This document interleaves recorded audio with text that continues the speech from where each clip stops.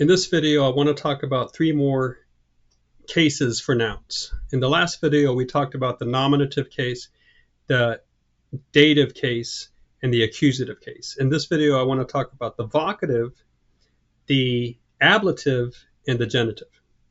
Now, I do have an acronym that helps me memorize this. No Go Dave, NGDAAB, nominative, genitive, dative, accusative, ablative, vocative. Obviously, I'm out of order because I felt it would be easier to speak, for example, about the vocative first in this collection of three that we're going to talk about now, because we can quickly get it out of the way. A vocative is just the case that you would use for direct address. In English, we take care of this with some strange idiom like, hey, you, or Mr., or ma'am, or yoo-hoo, or I don't know. Usually we just use the person's name. Okay, that's our vocative case. But some languages are going to have a whole set of endings for this baby, that you can just tack on to the noun if you are addressing it directly. And you realize, metaphorically, figuratively, poetically, you can address just about anything. I can address the door, oh door. Please don't fall on me. That would be vocative case. So that leaves us genitive and ablative. Okay, so the genitive and the ablative in English make heavy use of prepositions, and also of the weird thing left over from a contraction from the Middle English, early modern English, of the apostrophe S for possession for the genitive case. There's a long history behind that. If you're really interested in that, I would say sure, look it up in terms of the genitive in history of English. But the point is that for the genitive and for the ablative, we are really in an area now where a lot of prepositional use occurs. Okay, so for every time that we use an apostrophe, let's just talk about the genitive, which very, one simple aspect of that is it's going to refer to possession. The table's color.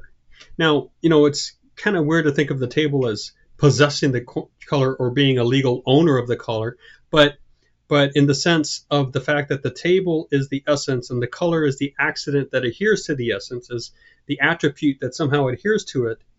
That's your genitive, right? The table's color, the chair's weight, Matt's laptop, the children's voices. There you go. That would be genitive case. Anytime that you're using the apostrophe to signify that sort of thing, not a contraction, but a situation of ownership or attribution that way, we're talking genitive. But we can almost always express the genitive by using prepositions, right? The laptop of Matt, the voices of the children, the color of the table, right?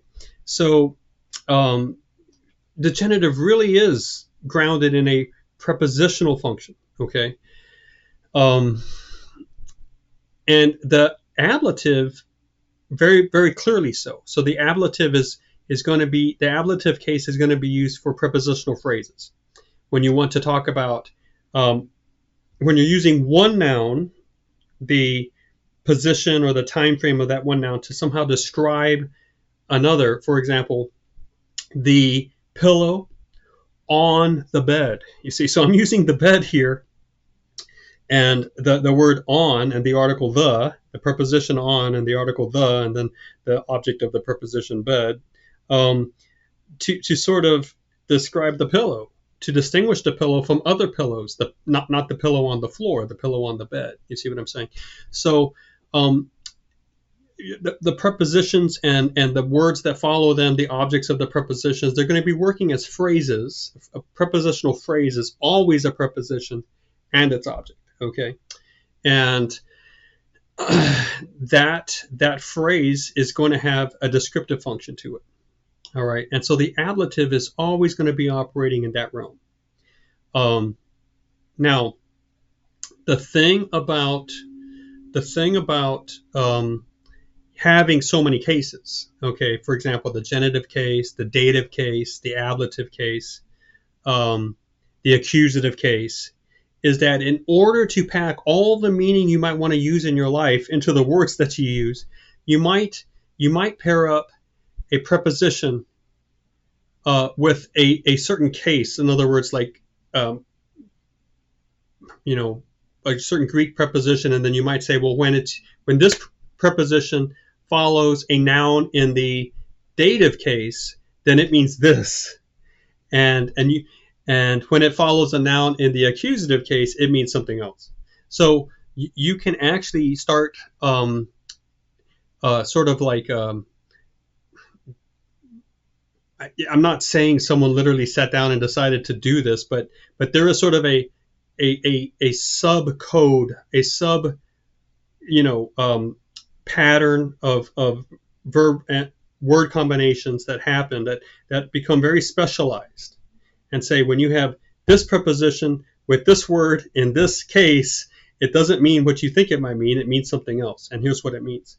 So that's why as you learn Greek or Latin grammar, and I suppose diction, vocabulary.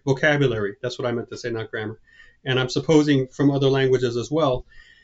Sometimes you will very easily be able to say, okay, here's your nouns, here's your verbs, and then you'll run into these prepositional phrases that are being given to you. And if the prepositional phrase, if the preposition makes it in, that's great, because you're just learning a preposition. It's like learning the word in, right? In can be used in so many ways, and you can just learn the preposition, and then you can just put objects against it almost willy-nilly, and you can use it that way. However, if in the vocabulary that you're trying to memorize, they actually give you a preposition, and then they have, say, a plus sign and say genitive, or plus dative, or plus accusative, they're telling you that when the preposition is used that way with a noun that follows it in that case, it doesn't mean what it usually means. It might have a specialized meaning now, and you got to remember that. So that's even more memory work, I'm telling you.